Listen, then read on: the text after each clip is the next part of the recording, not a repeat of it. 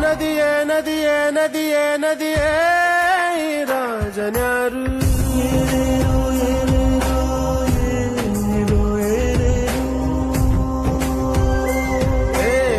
ವಿಧಿಯೇ ವಿಧಿಯೇ ವಿಧಿಯೇ ವಿಧಿಯೇ ವೀರನ್ಯಾರು ಒಂದೂರಿನಲ್ಲಿ ಒಬ್ಬ ಪರಾಕ್ರಮಿ ರಾಜ ಇದ್ದ ರತಿಯಂಥ ರಾಣಿಯೊಡನೆ ರಾಜ್ಯಭಾರ ಮಾಡುತ್ತಿದ್ದ